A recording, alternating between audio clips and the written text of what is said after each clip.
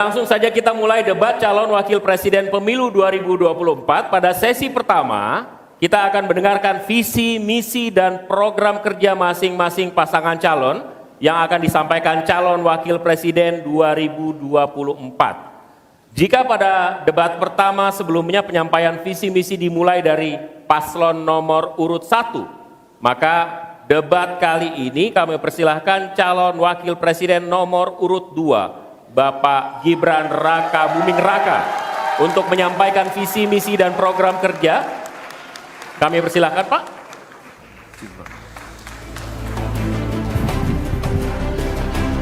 Mohon tenang, kami butuh kerjasamanya. Nanti ada waktunya tepuk tangan. Waktu Bapak 4 menit, dimulai dari saat Bapak berbicara. Silakan. Assalamualaikum warahmatullahi wabarakatuh. Salam sejahtera, Shalom, Om Swastiastu, Namo Buddhaya, salam kebajikan. Indonesia ini negara besar. Kita harus mampu keluar dari middle income trap. Kuncinya, kita harus mampu menaikkan nilai tambah di dalam negeri. Di tengah gempuran resesi global, perang dagang, konflik geopolitik, rata-rata pertumbuhan ekonomi negara kita tetap resilient di rata-rata 5%. Pertumbuhan ekonomi yang berkualitas didukung dengan penurunan angka pengangguran, angka kemiskinan, penurunan angka Gini rasio, dan juga angka inflasi yang terkendali. Bapak Ibu yang saya hormati, teman-teman sesama anak muda, lalu apa agenda ke depan? Kita akan lanjutkan hilirisasi, bukan hanya hilirisasi tambang saja, tapi juga hilirisasi pertanian, hilirisasi perikanan, hilirisasi digital, dan lain-lain. Kita lanjutkan juga pemerataan pembangunan yang tidak lagi Jawa sentris. Kita genjot terus ekonomi kreatif dan juga UMKM. Kita punya 64 juta UMKM yang menyumbangkan 61% untuk PDB kita. Jika 4 langkah tadi bisa kita penuhi, insya Allah akan terbuka 19 juta lapangan pekerjaan. Pemerataan pembangunan itu wajib. Sekarang investasi yang ada di luar Jawa sudah ada 53%. Pembangunan IKN yang berkelanjutan ini akan membuka titik pertumbuhan ekonomi baru, akan membuka akses dan juga konektivitas, sekaligus membuka lapangan kerja. IKN ini bukan hanya saja membangun bangunan pemerintahan, tapi juga sebagai simbol pemerataan pembangunan di Indonesia, dan juga sebagai simbol transformasi pembangunan Indonesia. Bapak dan Ibu yang saya hormati, saya juga berkeyakinan suatu saat nanti Indonesia akan menjadi raja energi hijau dunia dengan terus mengembangkan biodiesel, bioaftur dari sawit, bioetanol dari tebu, sekaligus kemandirian gula. Untuk menuju Indonesia emas dibutuhkan generasi emas. Kita harus mampu merubah future challenge menjadi future opportunity. Kita harus punya future talents yang dilengkapi dengan future skills. Untuk itu, hilirisasi digital akan kami genjot. Kita akan siapkan anak-anak muda yang ahli artificial intelligence, anak-anak muda yang ahli blockchain, anak-anak muda yang ahli robotik, anak-anak muda yang ahli perbankan syariah, anak-anak muda yang ahli kripto. Bapak dan Ibu yang saya hormati, narasi besarnya di sini adalah keberlanjutan, percepatan, dan penyempurnaan. Terima kasih. Wassalamualaikum warahmatullahi wabarakatuh. Selamat Hari Ibu, selamat untuk kaum perempuan hebat di Indonesia. Terima kasih. Baik. Waktu habis. Terima kasih.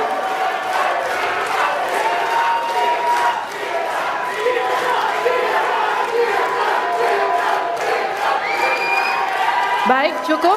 Boleh tenang, Kita lanjutkan. cukup ya. Terima kasih Bapak Gibran Raka Buming Raka. Kami persilakan Pak Gibran untuk kembali ke tempat. Kembali dulu Pak. Harap tenang, kita lanjutkan. Selanjutnya kami persilakan calon wakil presiden nomor urut 3, Bapak Mahfud MD, untuk naik ke atas panggung dan menyampaikan visi, misi, dan program kerja. Pak Mahfud, waktu Bapak 4 menit. Kami akan mulai ketika Bapak mulai berbicara. Silakan. Assalamualaikum warahmatullahi wabarakatuh. Waalaikumsalam. Mari kita bersujud semuanya, saudara-saudara di seluruh Indonesia, kepada Ibu kita dalam rangka mengucapkan selamat Hari Ibu 22 Desember 2023 ini. Dan sesudah ini kita lanjutkan pengabdian kita kepada Ibu Pertiwi. Ada yang bertanya kepada kami, mungkin tidak Anda mentargetkan mendapat pertumbuhan ekonomi 7% di dalam 1 tahun. Karena di dalam sejarah reformasi tidak pernah sampai tumbuh sebanyak 7%. Dulu hanya itu dicapai pada tahun 89 sampai 91 di era Orde Baru. Lalu pertanyaan itu saya sampaikan kepada beberapa orang ahli. Lalu mereka mengatakan hanya karena kebodohan kita ini tidak bisa menaikkan pertumbuhan ekonomi menjadi 7% karena kita ini kaya raya dengan sumber daya alam dan sumber daya manusia yang hebat.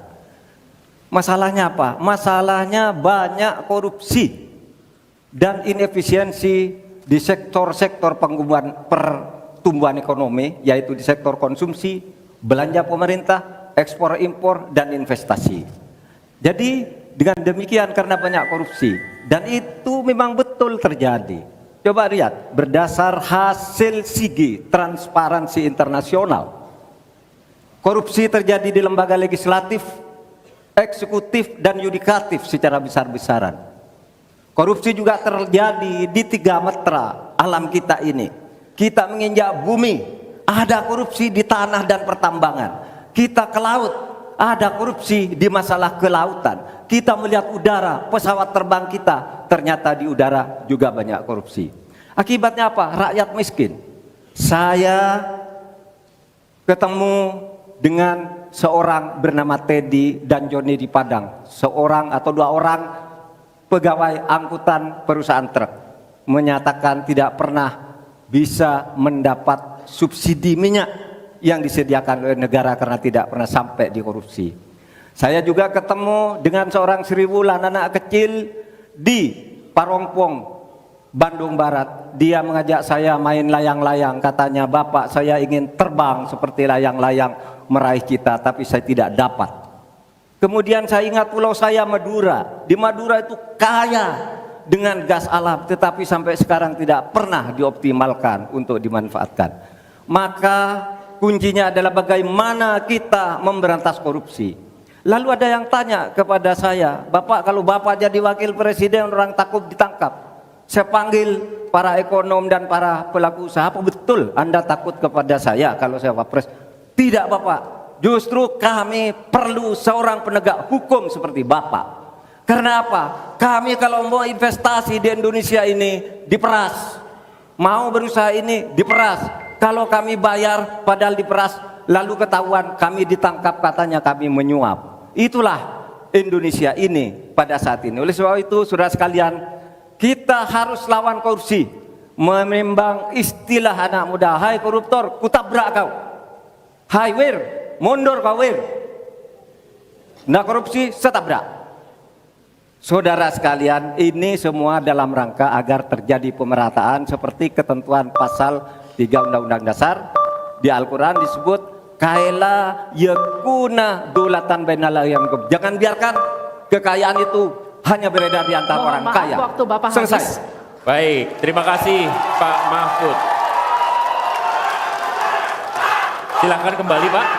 Baik. Oke, mohon tenang. Selanjutnya kami akan berikan kesempatan kepada calon wakil presiden nomor urut 1, Bapak Muhaimin Iskandar, untuk naik ke atas panggung, menyampaikan visi misi dan program kerja. Mohon tenang. Waktu Anda 4 menit, Pak, dimulai dari Anda menyampaikan gagasan Anda. Assalamualaikum warahmatullahi wabarakatuh. Selamat malam, salam sejahtera untuk kita semua. Harusnya saya bicara pada debat yang pertama. Tapi hari ini saya sungguh bersyukur akhirnya bisa bertemu. Tapi jangan salah paham, bukan karena saya ambisi jadi presiden, tapi karena saya punya pelajaran yang penting selama saya berjuang di politik. Apa itu? Saya menyaksikan dan menjadi bagian dari adanya pemerintah yang memiliki kewenangan mutlak, terutama pimpinan tertinggi, untuk bisa menghadirkan keadilan dan kemakmuran rakyat. Inilah yang disebut sebagai selepet, menjadi bagian dari kewenangan untuk menghadirkan kemakmuran dan keadilan. Selepet itu seperti sarung yang saya bawa ini. Bisa di kalangan santri, bisa membangunkan yang tidur, menggerakkan yang loyo, dan sekaligus mengingatkan yang lalai. Alhamdulillah, Gusti Allah memberi kesempatan saya untuk bersama-sama Mas Anies yang memiliki pemikiran yang sama untuk terwujudnya perubahan dan perbaikan. Bahkan kami berdua seperti botol dengan tutupnya. Jangan salah, selepet itu disrupsi. Disrupsi itu adalah awal dari perubahan. Bayangkan, 100 orang Indonesia kekayaannya di atas 100 juta jumlah penduduk Indonesia.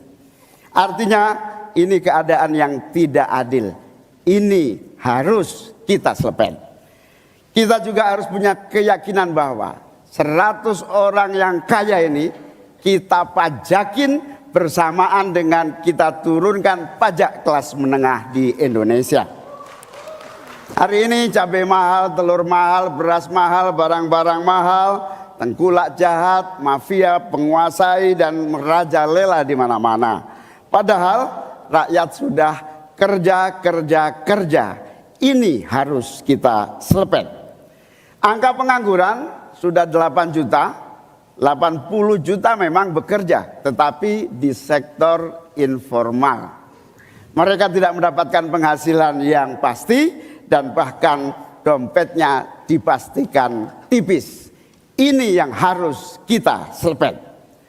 Amin menginginkan bansos yang memang menjadi kewajiban negara ini diteruskan dan bahkan harus ditingkatkan, sehingga kita ingin bansos plus yang semakin membawa rakyat kita memiliki kemampuan daya beli yang mendongkrak ekonomi masyarakat kita.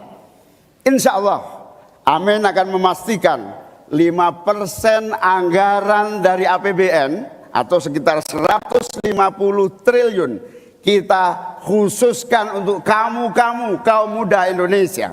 Kamu yang memiliki energi besar untuk menjadi bagian terdepan bagi kemajuan bangsa kita. Salah satunya adalah kamu, kredit usaha anak muda yang diberi kesempatan untuk mengakses sebanyak-banyaknya menjadi pelaku ekonomi yang baik. Kita akan hadirkan bagaimana agar desa-desa tumbuh berkembang. Insya Allah 5 miliar per desa akan kita wujudkan tiap tahun bagi pembangunan nasional kita. Kita juga akan siapkan seluruh bantuan-bantuan yang memungkinkan tumbuh menjadi maju. Waktunya. Mohon maaf, waktu Anda habis, Bapak. Terima kasih, Pak. Kembali ke tempat. Terima kasih. Berikan aplaus dan apresiasi untuk 3 calon wakil presiden yang sudah menyampaikan visi, misi, dan program mereka.